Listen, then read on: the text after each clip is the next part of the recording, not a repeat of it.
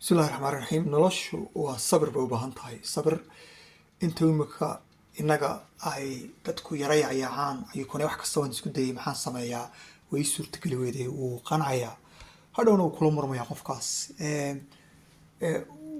ma jirto qof ku adkaysanaya oo bulshadayna maanta wuxuu bilaabo si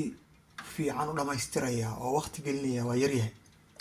waayo sabirkii ma lihin sabirkiina inaga waxa weeye intaad maqaaxi fadhiisato war ka dhegaysato ilaahay aad tirahdo ilaahay baa insha allah keenaya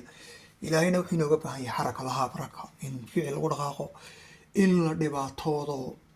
dhibaatada marka dhibaatada aynu haysana laakiin maskaxda ku korta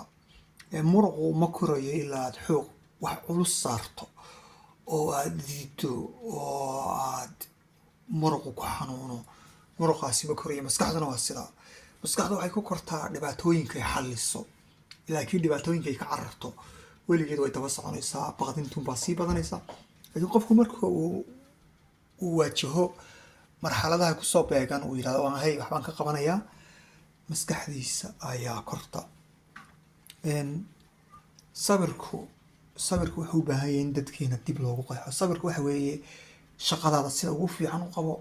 maalin kasta qabo saacad kasta qabo wiig kasta qabo bil kasta qabo sanada qabo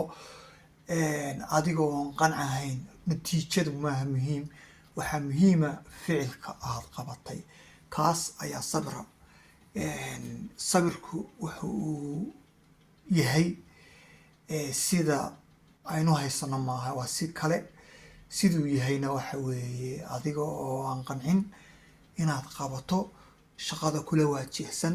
sida kuugu fiican ilaa iyo aad ka gaadhiso natiijada